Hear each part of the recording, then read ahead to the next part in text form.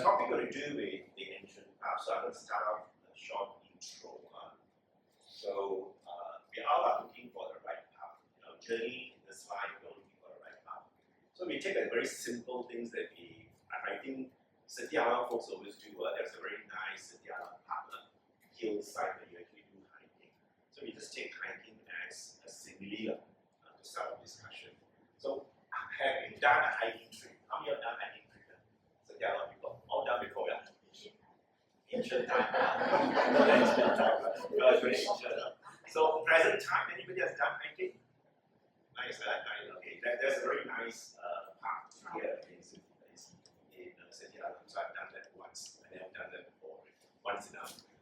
So if you have done a hiking trip, then there are a few questions that arises in your mind. Yeah. So these are a few things that you want to ask yourself, other than your own self preparation. Someone who says that I need to have a hiking shoe, I need to have a walking stick, I need to have a towel, I need to have track bottom, and these are personal preparation. But a deeper question you want to ask is, would you follow a path that is tested or a path yet to be tested? Let's say if you're a beginner in the hike, would you want to go to a hill hiking where that is untested before? No. For you? Some of them, yeah, some of them challenging one, yes. But we are all kind of casual, so we all have to look out for a place where it has been tested. So we should look out for a path that is already tested. And the second question is that would you follow someone who has walked the path or someone who's new to the area? Those who have done it before. Yes. So from my first intro, I always say that there is only a person who has successfully done that. 2,600 years ago, he has walked in the forest and he found the path, he found a new city in the forest. So it's best to follow the one who has walked before. So our guide will be the Buddha. Okay. So Buddha is the best bet because he's been there, he's seen it, he has found the way, and he has told us how to do that with all the landmarks.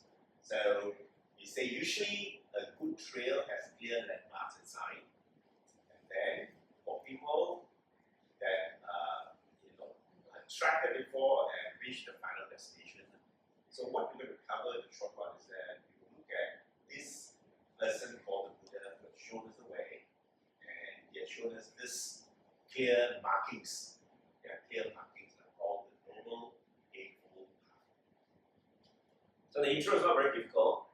If you have been to hiking, you want to be sure you can reach the destination. You follow a track where it's been tested before, and you have a guide who can bring you there. So how many of you all have not heard the Noble Eightfold Path? First time? Yeah. First time? Yeah. First time, no? Yes. First time here also? No. No.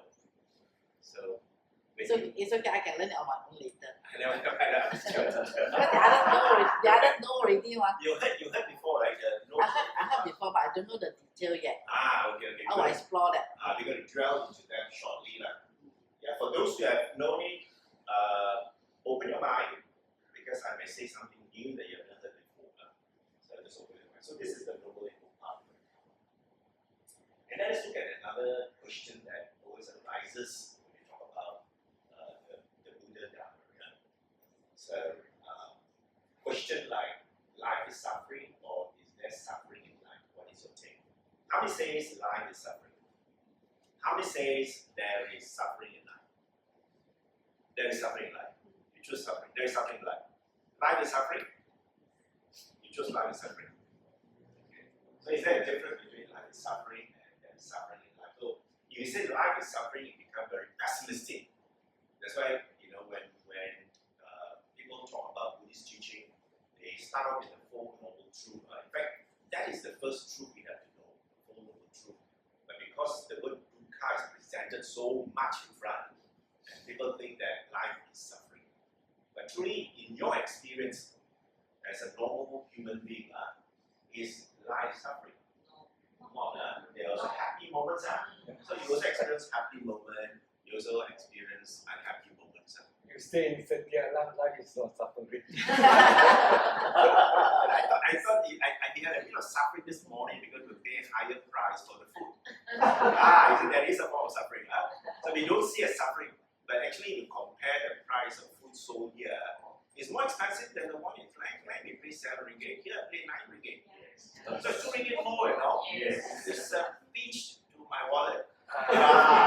So then, I mean, maybe you're all used to staying here. You're all right. And please donate to some Buddhist project. So there is No, I can give Dhamma to your food. So there is happiness and suffering in a life journey. I think we all have the happy moment and sad moments. So very good. So now we have established that there is suffering in life, but it's not suffering all the time. There's happiness too. So the Buddha has rediscovered the way to end the suffering in life. So the aim of the Buddha's teaching is to completely end suffering. So in this sense, when you talk about he has discovered the way to end suffering is to end rebirth. So when there is no birth, there is the final end of all kinds of suffering. Because when there is birth, you go through the three gifts that comes with us. When you're born, what are three gifts that comes with you? Right? What are three gifts that comes with you when you are born? You know, you have been presented with three gifts already. What are three gifts that you have been given when you're born? Mother, father, family. Good job. Buddha don't think like that. A bit more spiritual, a bit more reality in life, which we don't usually consider. Old age. Sickness. Very good. So you got old age, sickness, and death. These are the three presents that comes with birth. You like it or not, it will come to you. You don't want it also, they say, take, you know. So complimentary or complimentary. So it comes, okay, sister says complimentary gifts. But you want to open also cannot. It opens by itself. Your hands come, it opens by itself. So we have aging, sickness, and death.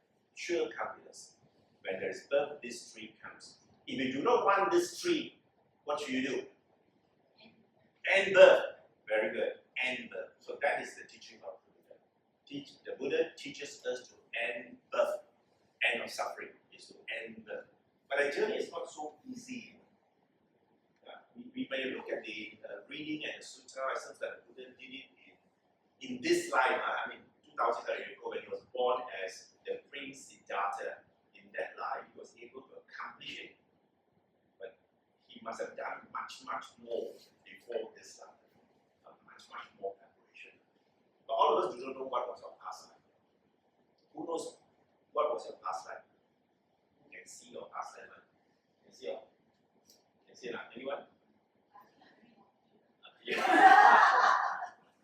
But it shows a little bit too calming effect. But you don't know who are you, in past life. So you've got some karma that is brought down to this life. So you tend to be naughty now. You could be but you know where you come from. Which realm you come from. But you know you're naughty, could be a naughty deva.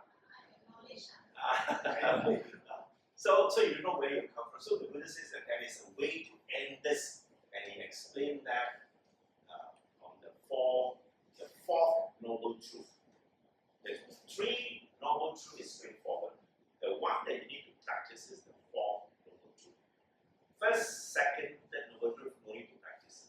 It's a result of the fourth. You practice number 4, you get automatically the other 3. Yeah, you understand dukkha, you know the cause of dukkha, and you can experience nirvana by holding the fourth noble truth. So you're going to drill into that. But 4 noble truths in that kind of sequential arrangements, like very easy. Just memorize only now.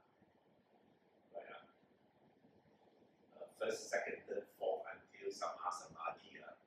just memorize it. But it won't help you. You keep memorizing is useless. You must put that into motion, into practice. So that Buddhism is a very difficult religion to follow. Some religions so easy, believe in me, then believe in the deliver. So you can't change, can't do what? Believe. You change now.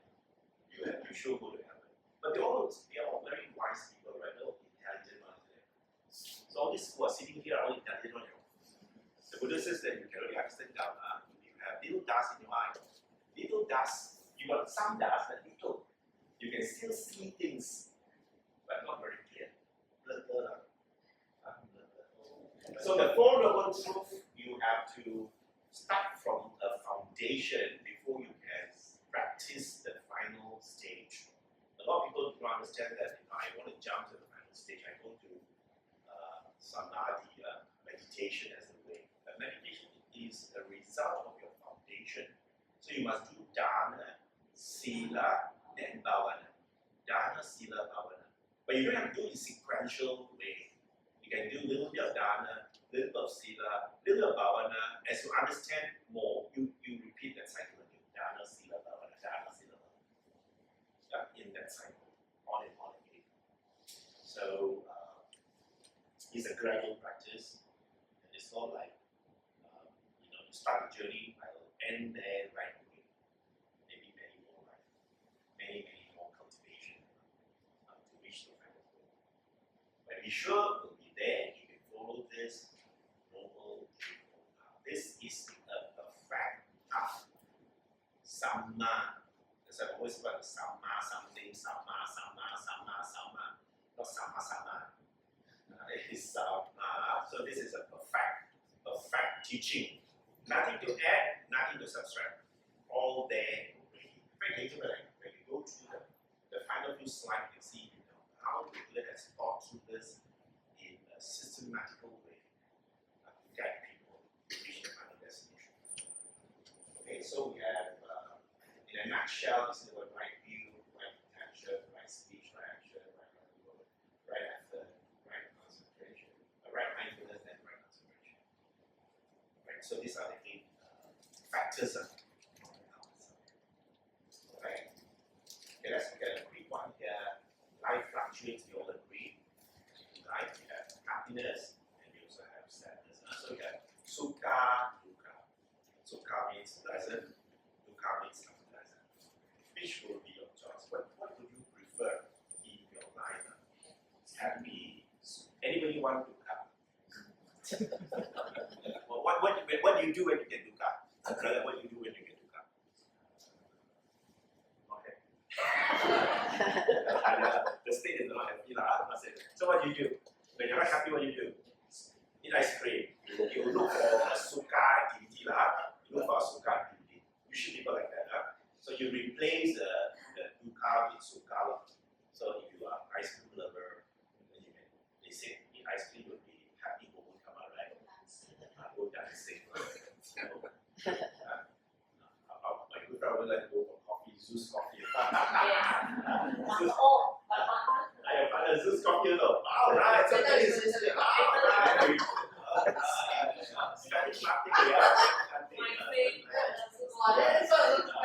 I tried once. Zeus latte was so good. I recommend it to you all.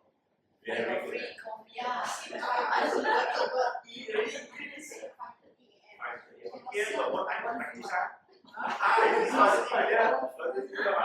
Okay, so we all agree that we want happiness.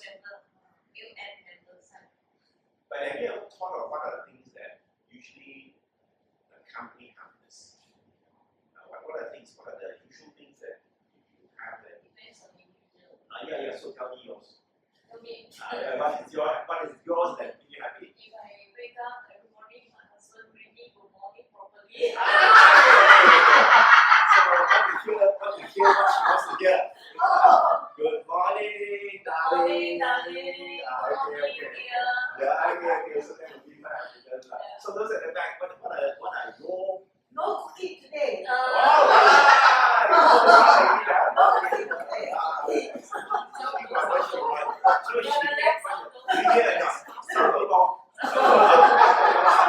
that's how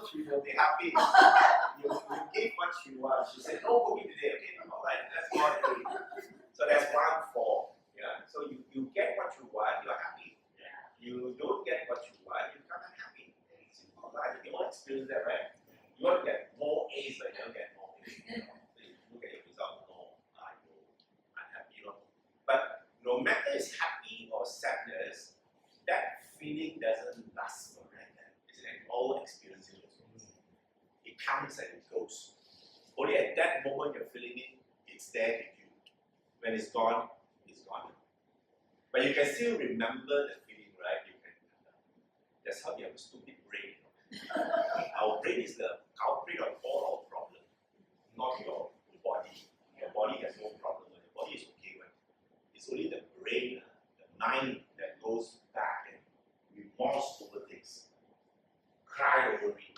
I never do this right. Why he never talk to me like that? Why is he scolding me like that? But event over there, event over already. But the mind still want to go back and hold on to the story, and that's how you get trapped. Be trapped in the story. But it's all past. So we know happiness, sadness come and go. So there's a word that describes the come and go in Buddhism. Things are coming and going. It's called Paññã, impermanent. So we know the nature of things are impermanent. But if you want things to stay permanent, you ask, trouble does happen then. The trouble comes to you when you are holding on to something that's changing. Things are changing, but you hold. When you hold, you get the pain. The one who holds gets the pain. The one who don't hold, no pain. Easy, or? Easy, only right? Very easy. So quite easy. But this is easy. That's why because the easy is our complicated mind. We think too much, and then we act on rumination, think and think and think, and think it very difficult. The truth is simple. We add more juice to make it complicated. And same goes with things that will make me sad. You don't get what you want, you get sad. So the other three things that presented to you as you're born, all this brings sadness. Aging is a sad thing. So now, I don't look as handsome I used to be. Sad off. I'm no longer strong. I can't walk now. The body that used to make me happy is no longer able to give me the happiness. So you recall back the past, and you're holding on to the past that I was who and who and who. But the who and who that you were in the past is no longer you, Who are you? Now. The present you, this is the true you. But the true you also is changing. Every day when you wake up, we are also changing. But we can't see the change because change is so subtle that you can't see. If you can change faster, tomorrow you wake up, you are 30 kilograms heavier. Sibling lah. 30 kilograms heavier. Suddenly you go, wow, load it up. Immediate change that will make you frightened. But because we have small changes in our life, we can't see the change and we think we are the same. We are the same. In fact, you just run through. The Buddha says the whole body part is changing, but you can't see it. It's changing. Therefore, you think it's the same as before. It's an illusion, isn't it? Who is delivering us? Yeah, yourself. Who is that yourself? The mind. The mind, not yourself. We always try to say that yourself doesn't exist, right? The mind is delivering us. So the mind is the one that causes us to have a wrong view, wrong perception of things. Okay? So he says that for all this happiness and sadness, the Buddha says there must be a cause. Happy, sadness, there must be a cause.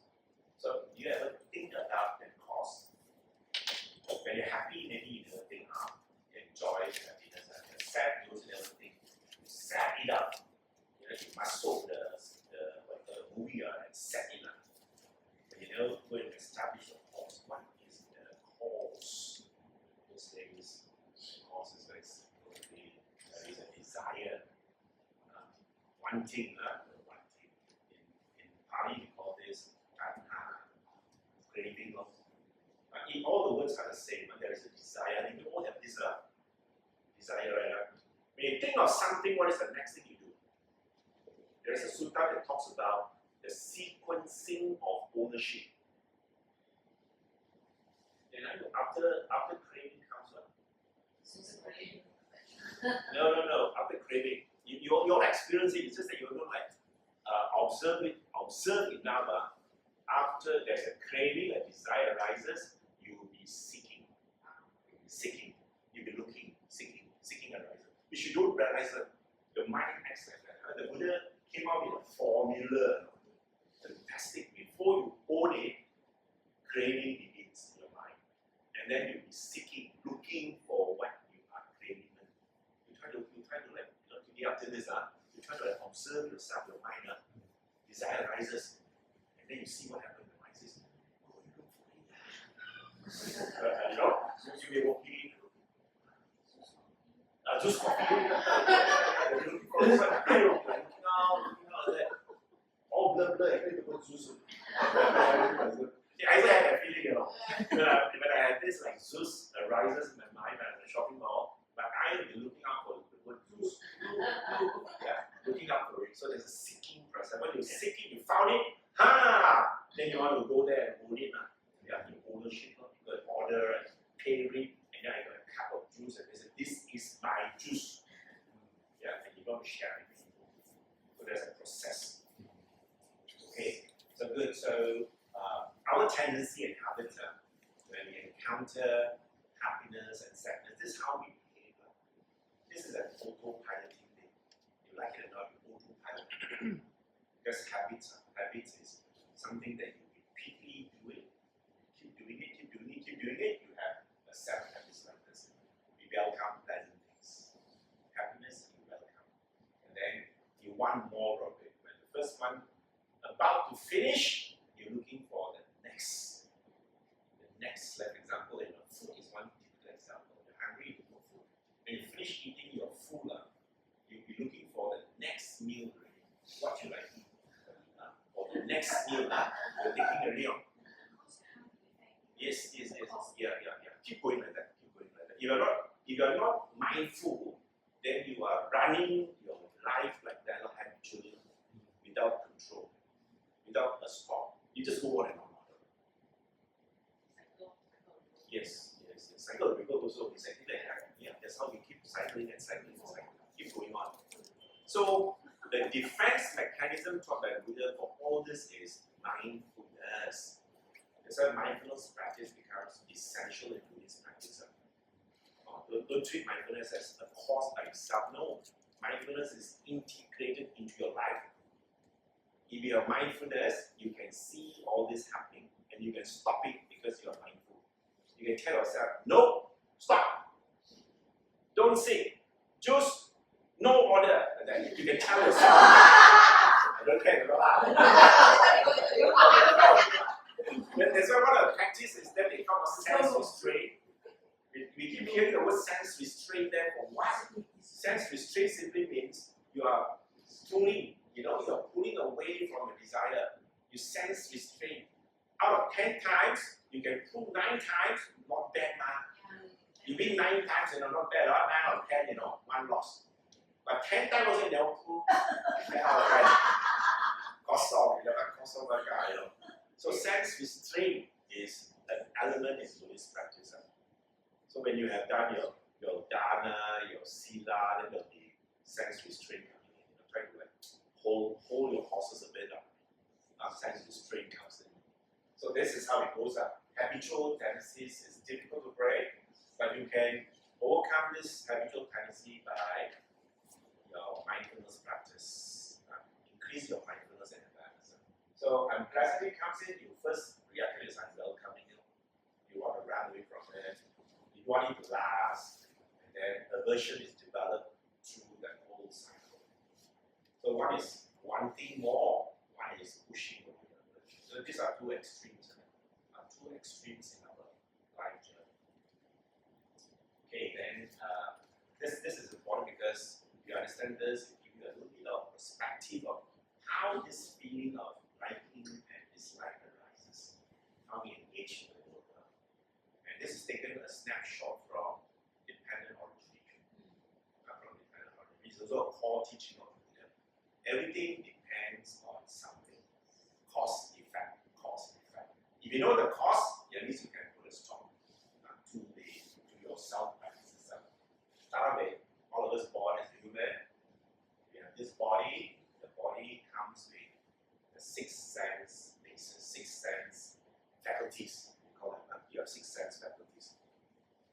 5 functional faculties. 5 are functionals. Only the mind is the one that you must take care. The one you must develop more is the mind, not the body. And most of us go for games.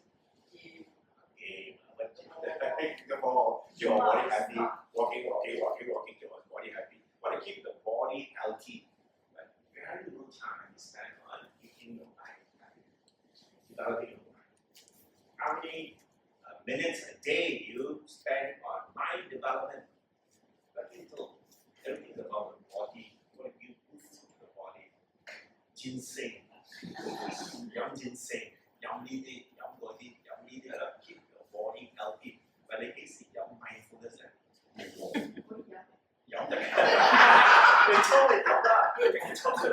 mindfulness training. But we don't develop the mind, but we develop the body. That's where the 6 sense bases are. It's given so much attention. We see, we hear, we keep going to that senses again. But one day you cannot see what happens.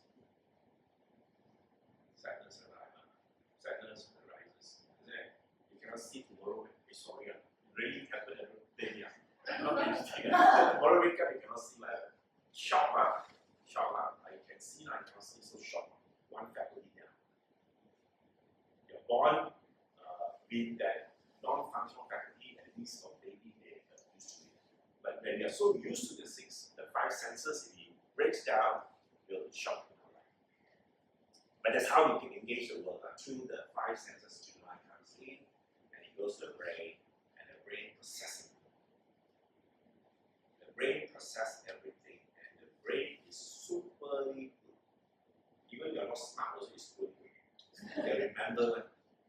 You see, remember, hear, remember, taste, remember. People scold you, remember longer. People say bad things, you remember longer. Our brain is designed to remember all the negative more than the good one. These are all the good things, short. These are the bad things, biggest. Mind is designed to pick up more negative influences than positive. Positive is a state, negative stays strongly. So the mind goes, and then here comes contact. Okay. With the faculties, you have contact. Muscle.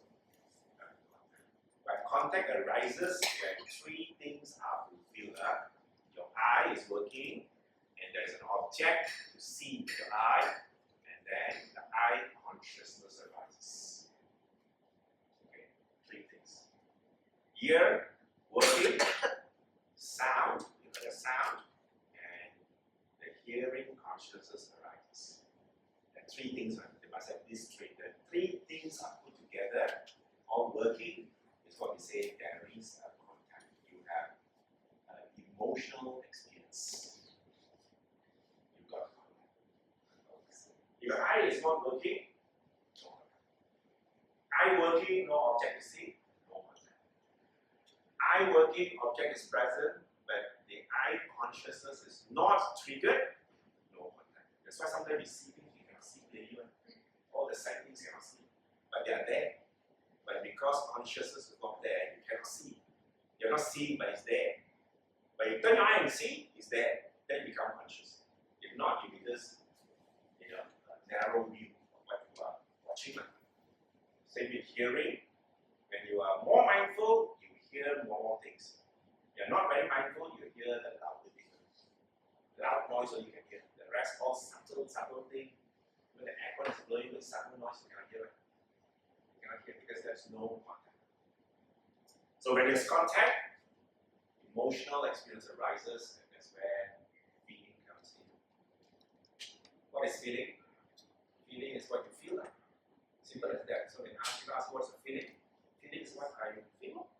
So usually you don't say pleasant, unpleasant, neither pleasant, unpleasant. That one is theory. Your direct experience of feeling is how you feel now. How you feel now is the feeling. What you think now is the thought. What you think now is the thought. You ask you, what are you thinking? is the now. Don't tell me yesterday's story. Because that's the past. What you're thinking is the now. So you try to steal now. Present. Feeling is present. Thought is present. No, believe me. Can I? You got thought, right? Manners, got thought, right? The thought arises there and there. That is the thought that you have now. Feeling is the feeling that you have right now. So when there's feeling, then the Buddha says, you keep having the same feeling many rounds, it becomes craving, tanha, desire rises. Yeah. But if you practice mindfulness and you do a bit of sense restraint, it doesn't hold you. You experience it, but it doesn't hook onto you. This is like hook on already. And you like tentacle, like a sotong, or you wrap around. Slowly wrapping around. The more experience you have, you keep wrapping and wrapping. Tying down.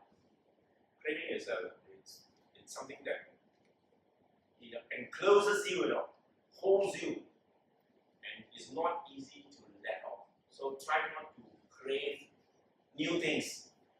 Old things you crave already, no choice. But new things, try not to make it lam you. Once it lams you, you'll become another craving. Another craving is in your list already. So more craving, more dukkha. That's right. Desire leads to dukkha.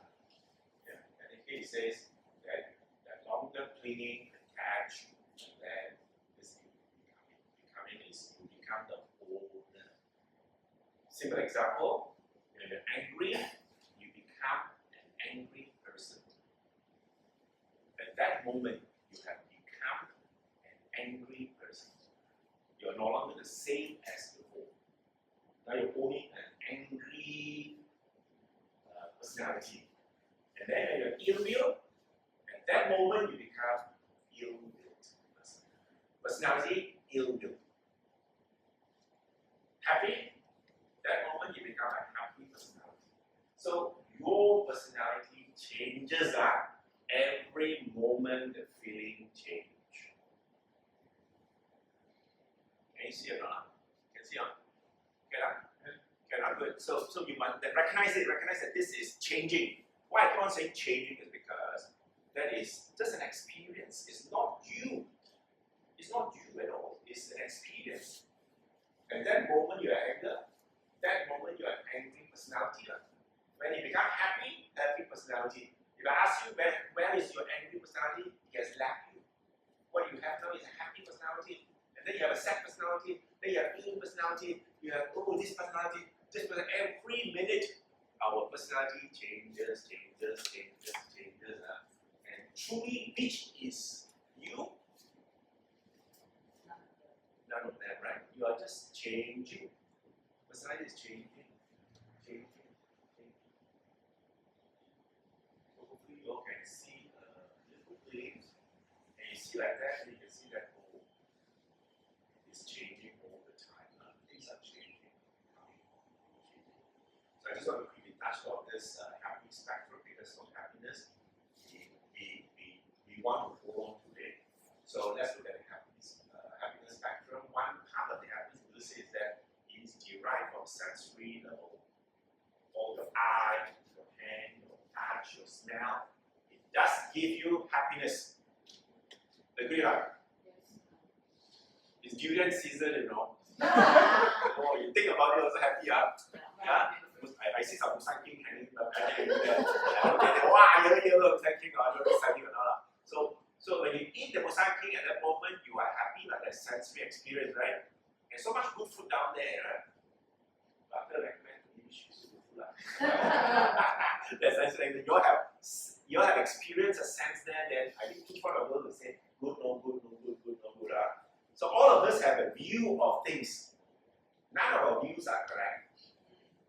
So view just is an experience. It depends on what was your background. If you are a curry person, then everything spicy, nice. You're not a curry person, spicy, all not nice. So we cannot take it as absolutely true. They're all changing. So happiness is sensory. One form of happiness is sensory happiness. One spectrum of it this comes from external stimulation or external object. Then you gain things, you experience a thing, gain, right? And then these are all the worldly happiness category, worldly happiness, exciting, like trigger your senses, you excite your senses, seeing excited, sound, hearing excited, all excited. And they derive from attachment. All these sensory experience are unstable, not change.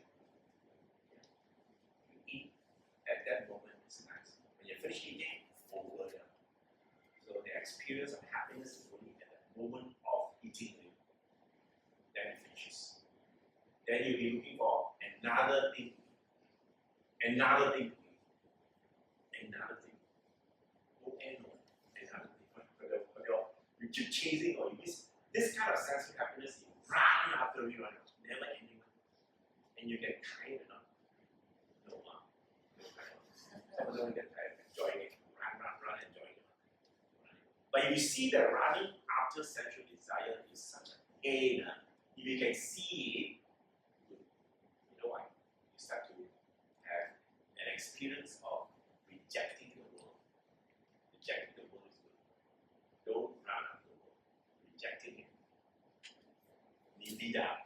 You get a distaste of the world. You become distasteful. You don't want to run after it. So Buddha says that is one spectrum. And then he says that there is another spectrum you may consider, but this is a space that none of us want to spend time in because it's difficult. It's very difficult. It's under non-sensory experiences. What is sensory? What is non-sensory? But gradually you can move the bar from sensory, slowly move to non-sensory. What is still enjoying the world? Try to move towards non-sensory. So what is non-sensory experience? So this is not stimulated by a sense object, not through your eye or ear. It's closing your eyes on. Like you close your eyes and you're all alone and yet you are happy. Isn't it better? Free lady. There's one of the钱的嘞. You use money to get the happiness. No. Just close your eyes, you become happy, free. I don't know how you know. You want free things. Maybe you get free for cheap one no good, right? Anybody still in the belief of cheap one no good? Cheap one no good. Meditation is really cushion really alcohol for free. So this is sensual. It's under the sensory category. You sit on a cushion, actually, now you do meditation. It's your desire to have a cushion. It's sensory softness. Aircon is cool air. You want the cool air. That's again sensory. Right? But you can meditate without aircon. Buddhist time. No wonder you cannot go away. The Buddha time no aircon, right? And there's so many arahants. No different. We are in the jungle. We are all the trees there. And in the jungle is different. They're also quite cool air. Not so warm. So you're creating aircon like a candle. In a modern jungle, how they get the cool air? No, I just warm. You try to go to the park, that is still warm. There's no wind, no blowing. That it should not trouble you. The whole argument is that all these sensory experiences should not trouble you. If you're still troubled by the cool air, the nice feel, we are still putting ourselves under the sensory category. Now we are trying to say we are now going towards non-sensory category. It's just you and the mind. See your mind. Just see your mind. The mind. Just look at your mind. And keep your mind happy. Try to give it endorphin without thinking. It generates itself. It can generate happiness, can be generated by looking inward. So that is the kind of experience Buddha says. So you renounce things. You don't keep holding on. You renounce it. And then it's not a worthy pursuit. And the effect you get from here is calmness,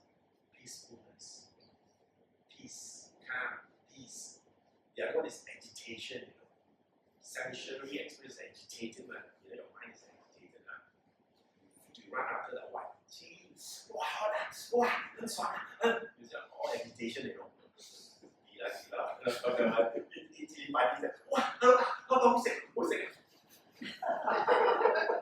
Delusion again. Delusion. Pedas tapi sedap. But this one no pedas. This is peace, calmness, stillness, composed. Different view. And then it derives by letting go. When you let off more things, you are lighter. You carry more things, you are happy. In your mind, bring your mind up. When there are a lot of things in your mind, you are happy. Carry this wherever you go. You see the burden? Actually, you're not 40 kg or 50 kg plus all the things that are 1,000 kg. You will add all the memory inside and then put on the weight like a weight. You may be thousands and thousands of kg. So you're walking with thousands of kg in your body. So this one is stable and reliable. 2,600 years ago, there was this man talking like that. Isn't this amazing? It's giving us an alternative to happiness. Isn't it great? Not great. Then you're asking, why the man was born? Because of your born eyes, you give me an alternative. Yeah, give me an alternative. I got to find an alternative. I want something. Yeah, Buddha says it's okay. I'm giving an alternative. You don't want to go here, stay there. You stay in your sensory experience. What's the consequence of staying in a sensory experience? Yes, you keep coming back. You keep coming back. You keep coming back. And what happens? Keep coming back. You get your three present every time you come back. You want to know? You the three present? Okay, keep repeating that. Yes, chanting like a mantra. Chanting like a mantra. Aging, sickness, death. Aging, sickness, death. Aging, sickness, death. Yes, keep chanting like that. You chant like that, then one of these days your butt will pop like that. Then you suddenly realize that, oh, I think I got enough of it. Nidida arises. Nidida means you drop. Let go of the desire. Currently you cannot see because you're not chanting it. So very quick, you keep chanting it. The meditation technique is chant that. Birth, aging, sickness, death. Birth, aging, sickness, death. Birth, aging, sickness, death. Birth for 45 minutes after you close your eyes, so open your eyes, the words still running. Birth, aging, sickness, death. You walk around and say, oh, birth, aging, sickness, death. You walk around and say, oh, birth, aging, sickness, death. Something is No. That one I told you, the right hand is such a same. So this is it. The spectrum of happiness can be drawn in this way. One extreme sensory, one is non-sensory. The Buddha says that try to move towards the non-sensory. You want to stay there? Cannot. Life is yours, what? Nobody says you cannot. You can stay there. But if you stay there, the Buddha says you know the answer. You stay there, you know the danger. Stay there. That is, you give you more dukkha. So now, if you don't have dukkha, or you don't reduce dukkha, reduce the sensory experience. That's all. Reduce it. Don't little bit. Okay, so that's how it's like. So the truth of life, very straightforward. As you say they are gifts, if they are suffering, well, beginning you ask what are the three gifts? Yes. All is gift. Give Are gift what? It's gift. It comes with it. Free Birth. age, sickness, Free, death, free, how can it be gift? It's free to you. You think about it, you might was that after what you realize that, oh yeah, birth comes with the cost of birth. The birth causes me to age. And also causes me to fall sick. And then finally I will die. What is the cost of that? Is birth. Birth leads me to death. So when it leads you to death, isn't it a gift for you? It's a present. It's a present to you.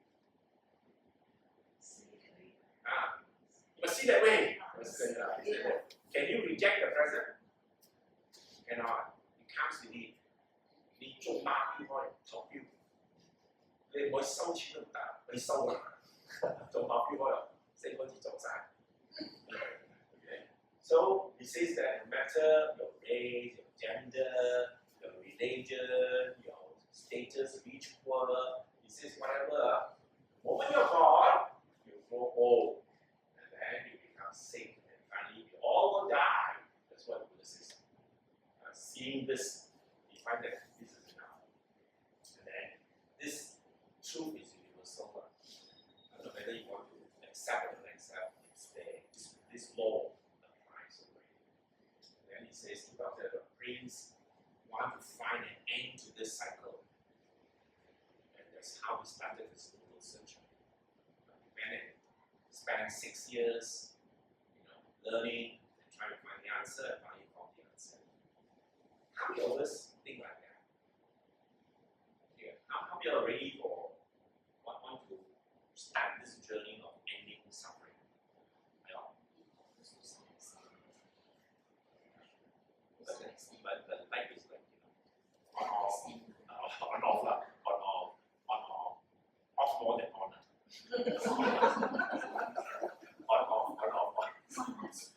Flickering the wind blow.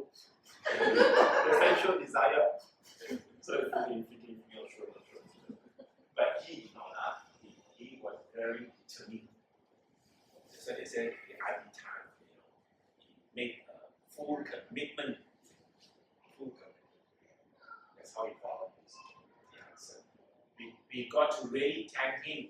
Without him, we all would not have the answer.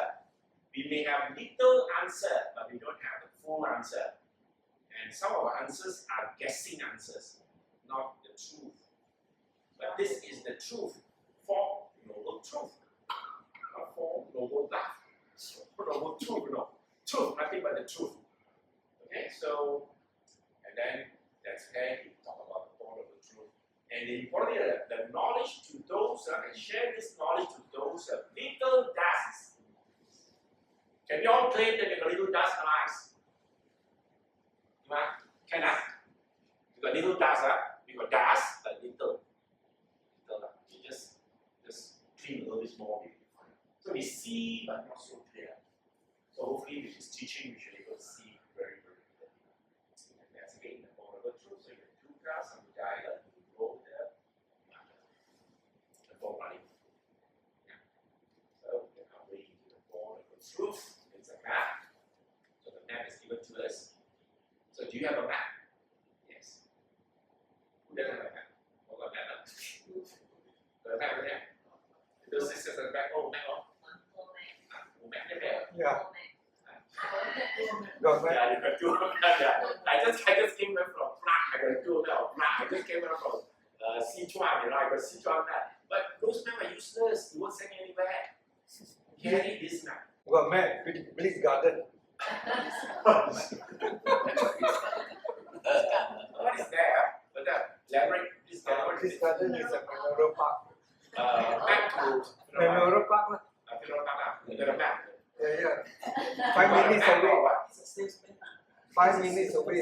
You got a map. Yeah. Everything booked there. Don't no. I mean that is your body going there. The body is useless now. The body is useless.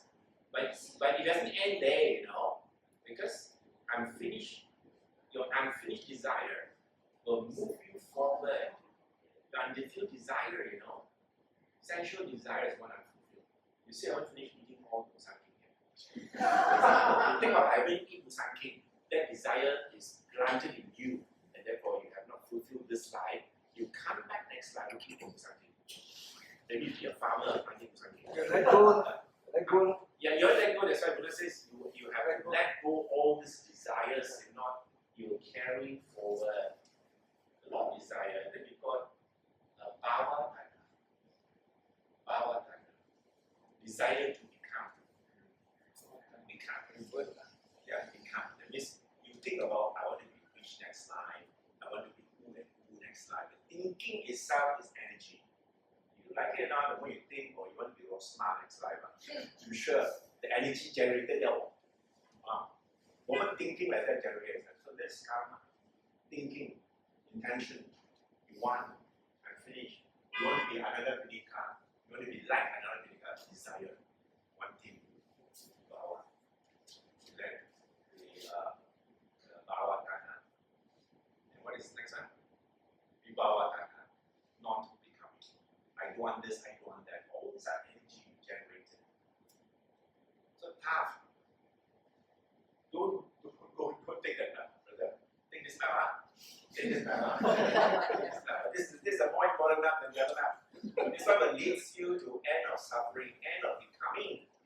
So you say this is a map, final destination. Final destination is Nibbana here, the goal. But we are not there, but we should plant this goal right now in this life that you are conscious. You can't tell for your next life where will you be. Will you be a human next life? Don't know. Whether this life take another time, I want to plant the seed. Because that thinking itself is important. Set your goal. Then, right after, think, don't do anything. Instead of think, don't do anything. Nothing happens. Remember, you eat also, you must go to a shop and buy the effort. And then, rice on the table also, you must use your hand to pick up. You don't pick up, the rice will just go to your mouth. And now you have to work, you see? You have to work. Chew also, masa.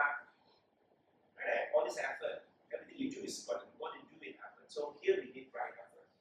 Put in effort and then you see the progress. Right? And then you're going to do it yourself. Nobody helps you but yourself. Right? You have to sing the hymn. No one helps us but ourselves. No one helps us but ourselves. No one came, no one made. You have to walk this path yourself. If the Buddha can help us, already help us a long time ago, right? Jesus came on.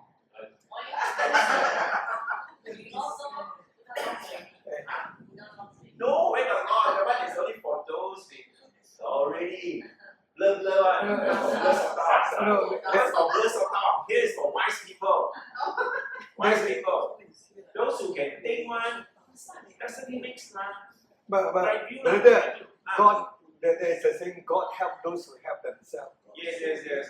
So you have to help yourself. You change the word God. God help those who help themselves. Yeah. God help those who help themselves. Take it from here one. You must do it yourself. You don't need a God because we know that it is you who are going to do it. Nobody helps you but yourself. God can't even help you also. God needs help. Truly, if you understand our cosmology, Buddhist cosmology, those even Brahmas will need help. They need help. Okay, so gradual training, Dhamma, Sila, Bhava.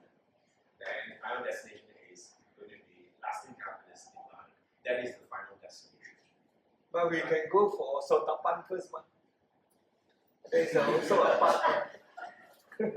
Sotapan. Final destination. Final. You can have 3 stop, 4 stop, no problem. Toilet break, You can do toilet break. 7 lives. 7 life. No, that is only for lazy sort of Yes, lazy Sotapan, hardworking sort of 1 life. Hardworking ones, 1 life. Can finish. Can. Then 2 lives, 2 life cycle, 3 life cycle, maximum 7 life cycle.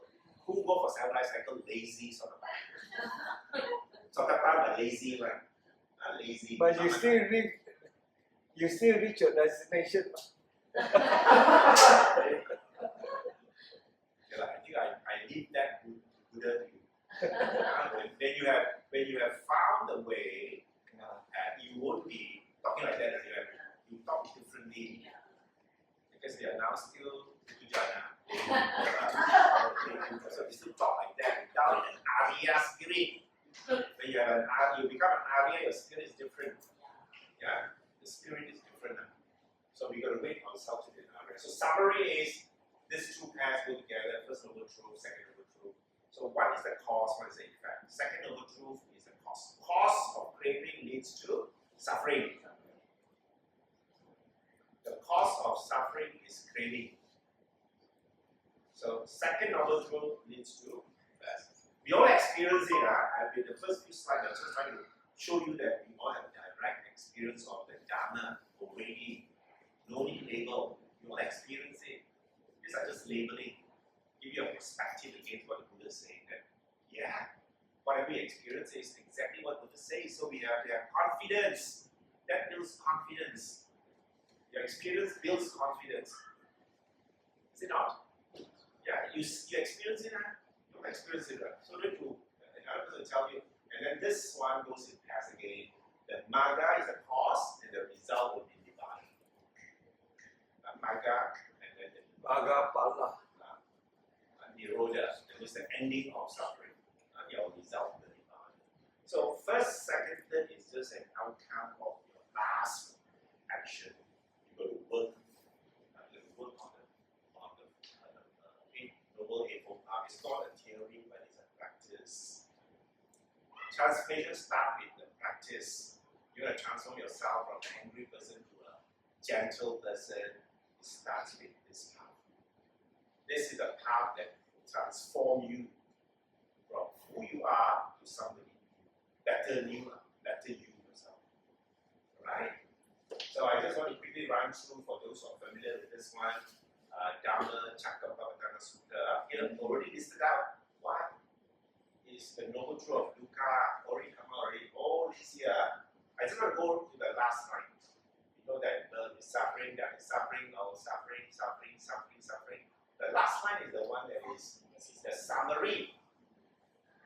The summary says that Sankitena Panchupadana Kanda Dukkha. In short, it says, embrace the five aggregate that we are made up of. We are made of five aggregate, subject to craving. You can hold on to the five aggregate. And you hold on to the five aggregate, and that is the reason why you suffer. Okay, so I'm going to quickly go into the five aggregate. So we have wrongly taken one or more. One is also enough for you to suffer them. You take up the whole five full of suffering. One already suffer. This has double dose, triple dose, until 5 times dose of suffering. So he said, I've taken wrongly the body to be me, mine, myself. You'll agree that this body is you. Who said this is not your body? The body? No. Yeah. I mean, we all can say logically, we say this is not my body, but we know in our mind, this body is me, mine. Every morning you look in the mirror, you keep on smiling back at yourself. Hey, this is me, I'm brushing my teeth. Oh, my teeth so white. Yeah. So that one is, you add on, you kind of like objectivize everything that you see in the mirror as me. Strengthening, holding on. That's the concept of subject to pain. You can subject it, you can subject to cleaning. Who cleans? You. You carry burden. You clean, you carry the burden. What is the burden you carry? You carry the burden. So, form. And the Buddha says that the form truly it is natural self. The true self of the body is only the four great elements. Four great elements are earth, wind, fire, water. Four great elements. So we are all common in the four great elements. Our physical shape may differ. That's shape. Shape differ. But we are the same in terms of the four great elements. That's what the Buddha says. This is the truth. The truth of reality is our body is made of four great elements. That's all. Nothing more. Nothing more, nothing less. All of us have this four great elements. And the rest of you is just an imagination. Your name is given. Your work is your career. Right now. The house is not you, no. Is that my house? No. It's a property. It's also four great element. You just happen to be there. But over time you say, this is my house, this is my car, mine. That's why you cannot run away. And then mind even worse. The mind is more subtle, you can't see. Body can see, but mind you can't see. So you have this four sub-components of the mind. Feeling is in the mind. It's a mind component of feeling, emotion. Your heart, say that feeling is from the heart. The thought is from the mind. Then your perception, sanya. Sanya is whatever you remember is all stored there. It's like a storyboard, big story there, stored in sanya. Where is the sanya? You can't see. It's in the mind. How big is the story? How big is the storage? Huge. The universe is storage. The mind has this huge universe. So big. We have to store a lot of it there. And formation, sankhara is the action that produces karmic effect. Consciousness is you are aware. Awareness that arises in the mind that is handled by the Paññã consciousness. So all this. Are all this permanent? Sure. Sure, man. Is a feeling permanent? No. Very good. Very good. But when you remember, remember, see that is not permanent. Feeling is not permanent. Because feeling is changing, man. Sanya changing also. Things you store here can be replaced, change. Mental sankhara change. Consciousness will change. Because awareness change. Also changes. What you see now, what you see next, all changing. So it's all changing. It's permanent and impermanent. So because of its nature, we have wrongly taken, and we constantly use the word I see, I hear. Maybe one of the ways of mindfully aware is that we use the word I. I am angry because I am angry. Say that there is an angry feeling. Change it to there is an angry feeling. You treat the anger as anger. Don't say I am angry. I'm unhappy. There is unhappy. You like dissociate. Try to dissociate. Instead of holding, dissociate. Then you have this I taste like that. Others, hopefully I can hear some people going to start to say the angry feeling. Not very good. It means you're trying to dissociate from the feeling. That's angry feeling. Five aggregates of clinging. Yes. Subject to clinging. Yes. Why? Because of change. Clinging is changing. Changing. Because there's a change, you become dissatisfied with the change. You become dissatisfied. The change causes you to be unpleasant. Because you hold on to something, believing that it should not change. If you hold on to something and you are okay with the change, you have less problem.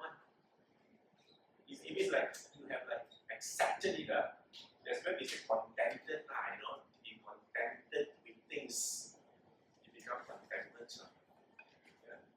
Okay, and then the second level truth, straightforward, is called craving, sexual pleasure, existent or existent. That's the Kama Paññã, Bhava Paññã, taken from Dhamma and Susima. And then here is this one is important because here it talks about cessation of the suffering is giving up that very craving. You say your unhappiness is caused by craving A. You must give up the craving A, not other craving. It doesn't solve the problem. You must give up that craving that causes you to be happy. You try to see in your daily examples, you try it out when you're unhappy, you give up that thing that makes you unhappy, you give up that moment, you'll be okay down there. Suddenly your heart is like looser, less pain.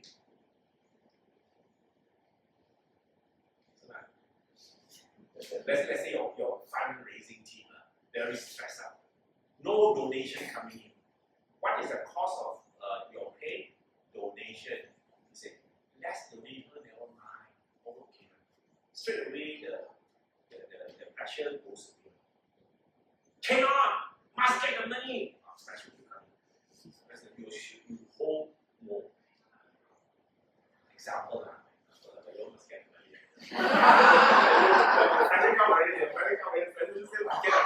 Whatever I say clearly only answer, practically different only experience was again.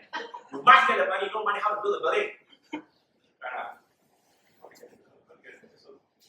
So, this is what you will do, like wisdom, the wisdom element will come in, wisdom part of this.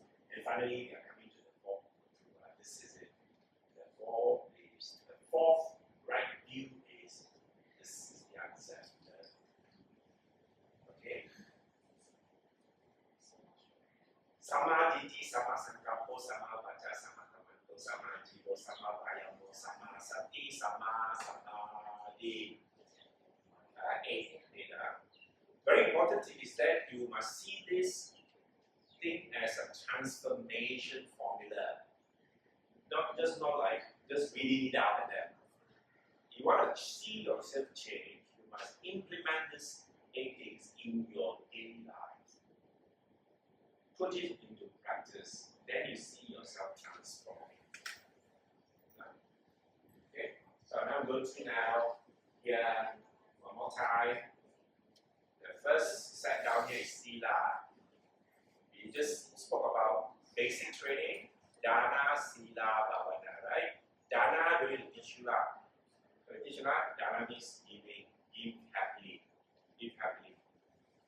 Maybe afterwards you try donate to the whatever, how much you have, it doesn't matter. The joy of giving, the joy. Why you need to give? So that you don't be stingy. What is stinginess? How stingy arises? It arises because you say, this is mine. This is mine. My money. Cannot share. Mine. So that's greed. Holding on. So you use all by saying, okay, I donate 10% of my pension money. Okay. 10%.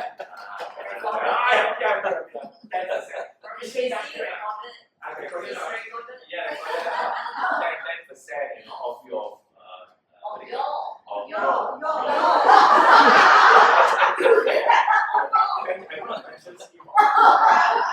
and so we are teachers and all the government servant pension, $4,000, $3,000 a month.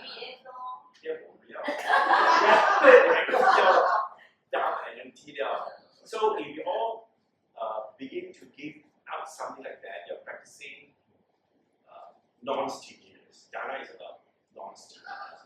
Then Sila comes in the practice of the morality. The morality, right speech, right action. We'll go through that.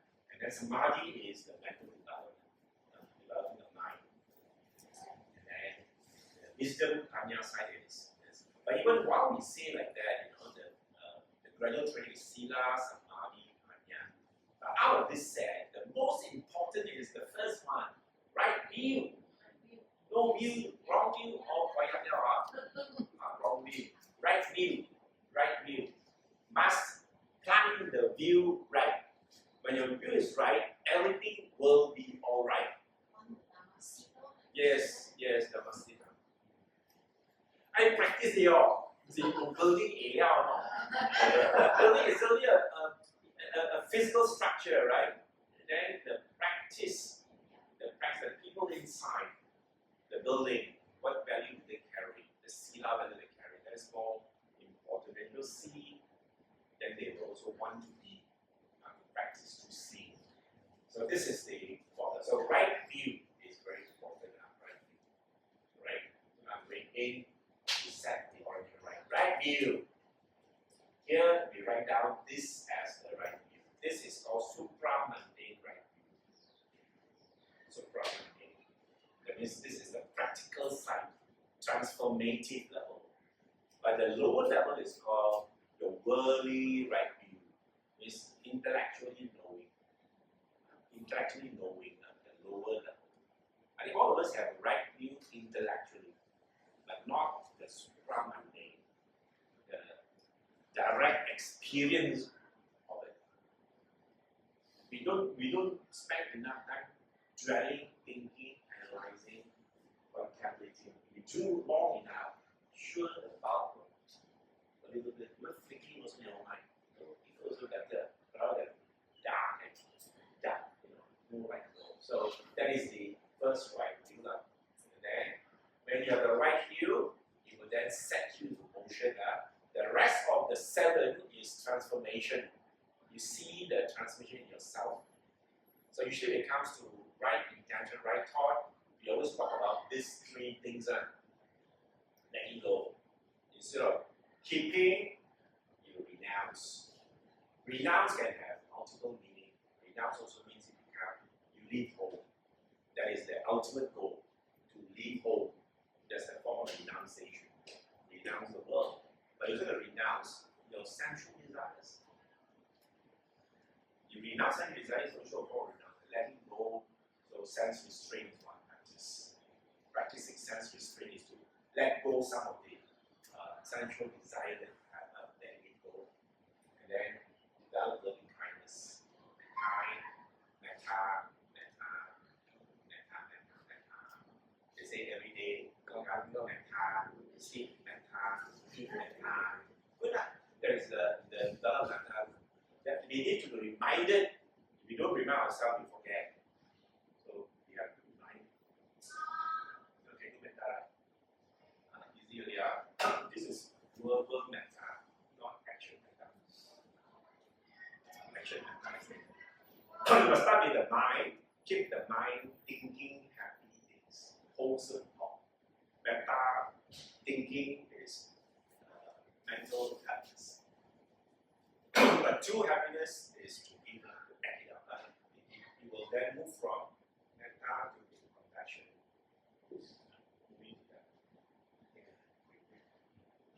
And then from that it becomes compassion. So 2 and 3 they work as a team.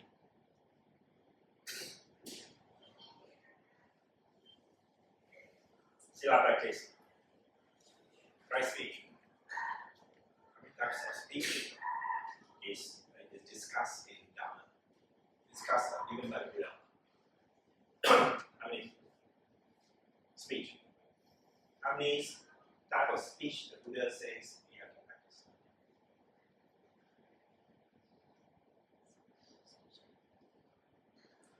Morning chant we did one already.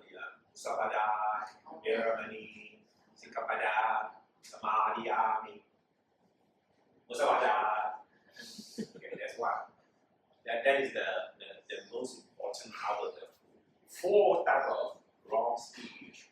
Musavada is the most, the biggest problem, lying. If you can lie, you can break all precepts. So the lie is planted into our morning chant, evening chant. So that we always practice non-lying, cheating, musavada. Because when you can lie, you can do all that, you can break all other precepts. Take an example, Najib. Najib lied. Donald Trump. Donald Trump. All these are big liars, big liars. So they paint and they tell stories of not true to make it so true that the whole world believes it. Yeah. So misleading the public, misleading the world. And because he got this ability of lying, he can break all precepts. Lying is very, don't cultivate that. Don't cultivate. You're not perfect at lying. Don't perfect it. That's not worth. Don't go perfect your lying. That was not worth practicing. You practice some other thing. So it is not lying. So right speech there. Then you got action. Then you got right livelihood. So Buddha says these are the 4 types of speech that you should avoid: lying, slandering, then you got harsh words and idle talk. Slandering, you know what slandering, right?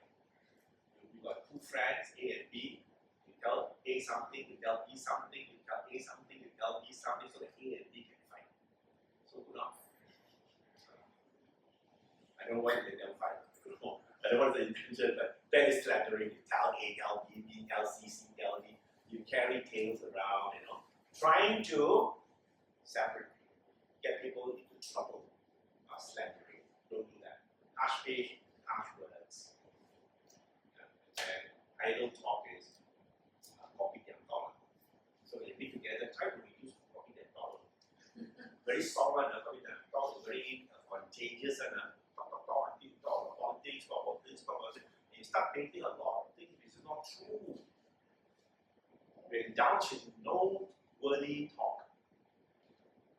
So now onwards, when you all meet up, talk Dhamma. Encourage, practice meditation, mindfulness. Can teach me a bit of mindfulness, yeah. How to still the mind? That one is beneficial. The others are all idle talk. So don't do that. And then right action. This is already what you just did again. The precept, right? The precept you just did that. Killing, stealing, sacrifice, all that. So this is already built in there. So is precept important? Yeah. So it's actually you are already on the path. You're already in the path. You will practice it. You don't have to do anything more. The Buddhist Studies is so well structured that your daily practice already got a component of it. You just got to make sure you just carry it out and stay loyal to what you're practicing. Just stay loyal to it. So that is already there. And then livelihood is when you earn a living, try to earn a living which is full. So avoid any work that is related to this.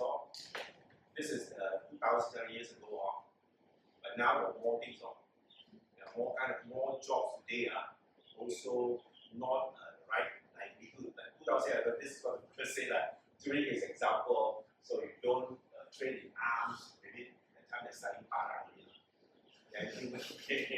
but now you have guns and all that. Buddhist time maybe only para with it. So this one, animal slaughtering, selling intoxicating, poison or chemical, this other thing. But modern living, modern type of job, there's so many things which is against the Dhamma. Lying, majority of lying. The one Scamming. scamming along. Along. Who's along here? Along you must donate 30%. I don't know whether you want the money or not. Okay, why not? You cleanse it, you cleanse it. Once you along it, right, you put over this side, you cleanse off, become good money, meritorious money.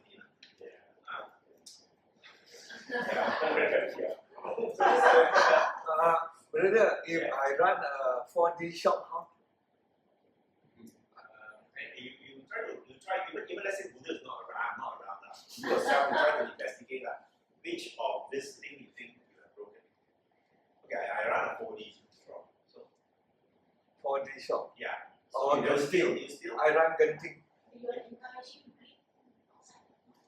Genting Island or something like that. what's wrong with Genting Islands?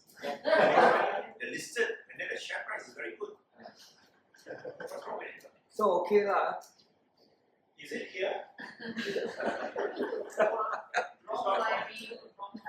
Wrong livelihood. To give up this 5 kind of traits. So is Genting something that is in this category?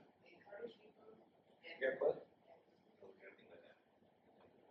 So also like for example, meat eating and non-meat eating. And you say I don't eat meat and then fishermen won't go and fish. Because such thing. Because even you don't do that, the fishermen will still go and catch fish because that is livelihood. Butcher also livelihood. Yes. That one is slaughtering, really knowing this. That one is really Maha Satipatthana. Knowing that it's an animal you're killing. Fisherman? Fishermen also yes. Yes, he knows the livelihood. It's a livelihood. Let's say you're born there and that is all you can do, what can you do? Quit your job. Yeah, you go quit your job, you change job. Some of them will understand it, they'll change job. You don't understand it, then you do marriage. You cannot be forever non-meritorious. You also have the money to do meritorious act. So people balance it with marriage. Do dana and all this. Dana, donate to the building fund. Because even though you're bought, the building is still there. People use the building, but because of contribution, people generate marriage and the marriage goes to you also, indirectly. So the building fund is very important. Yeah. That's very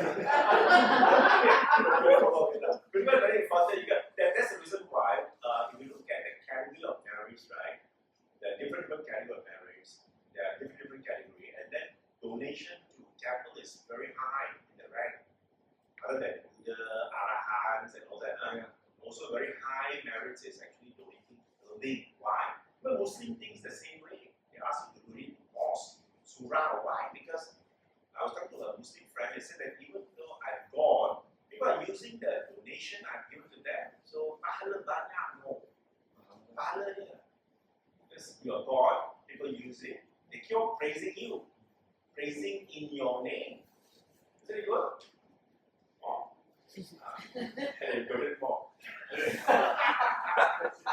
So you have to put a big signboard there, but only signboard, only signboard. But people remember you is already a praise. Okay, so then comes to the final part of 3 seconds. Right effort.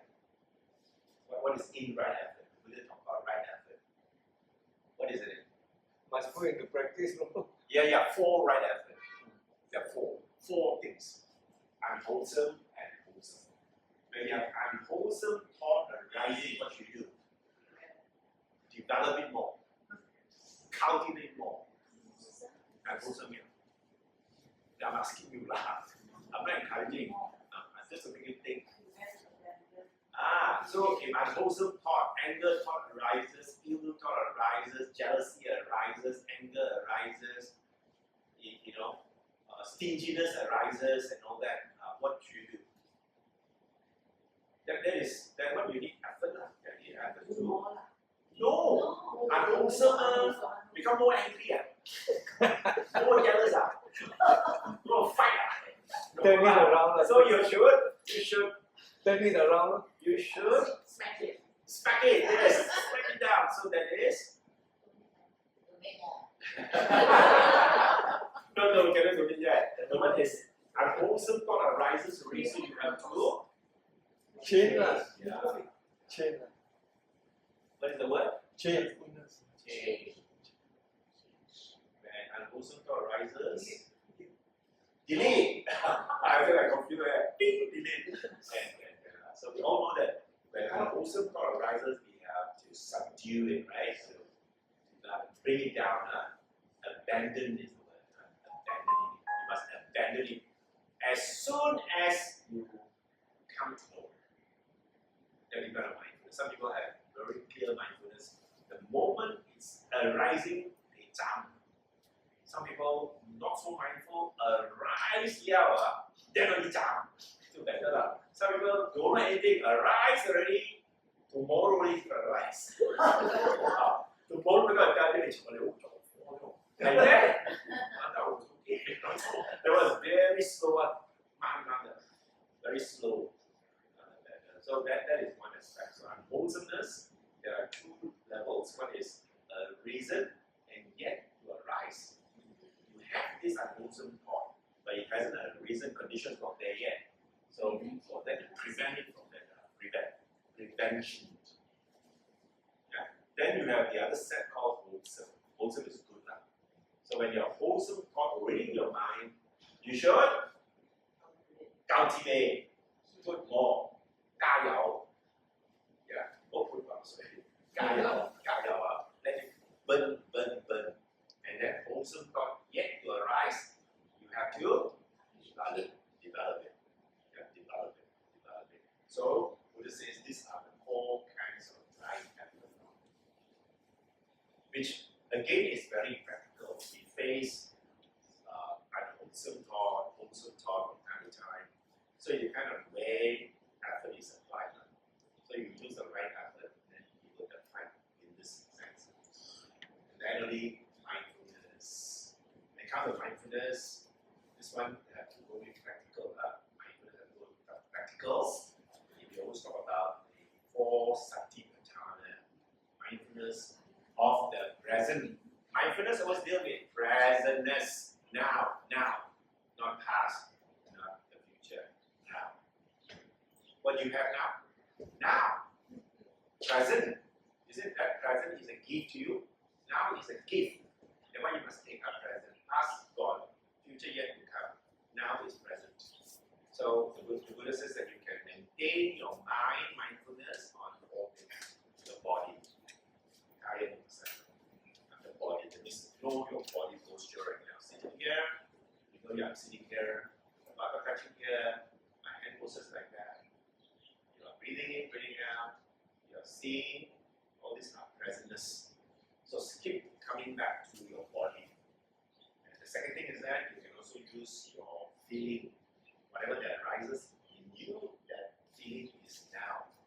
You cannot feel angry yesterday. Yesterday feeling is gone. The feeling now is now. So you know. So when you have a feeling unpleasant, you be aware. Say, this is unpleasant. This is angry.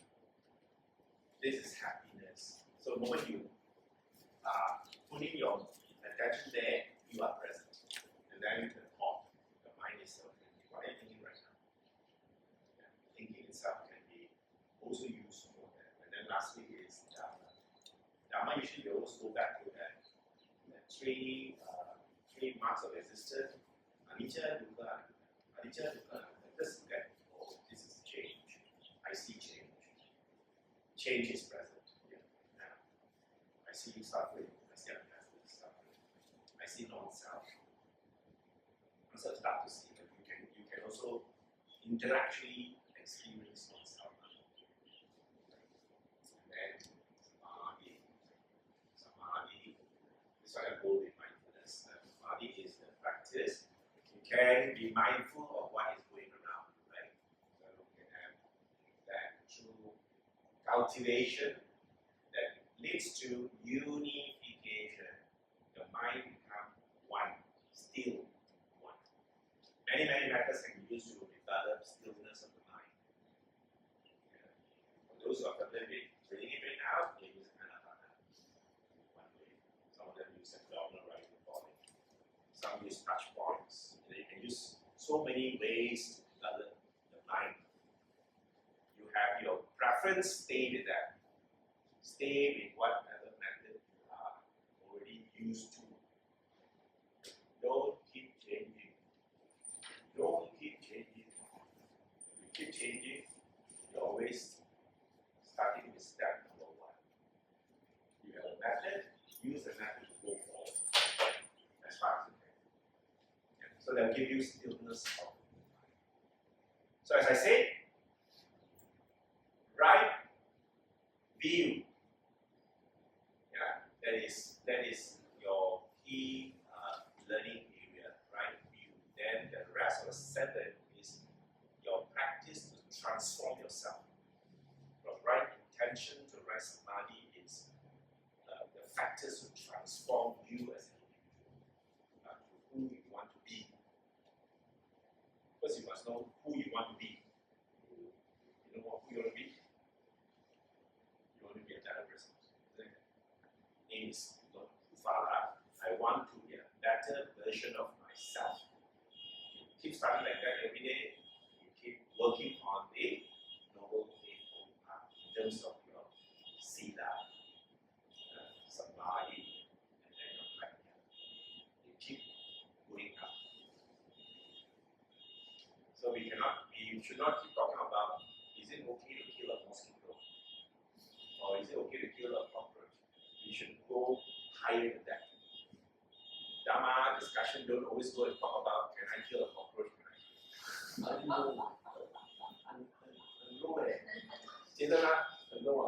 So when people come for Dhamma sharing and all that, or monk comes in, don't ask, Bante, I got cockroach problem in my house.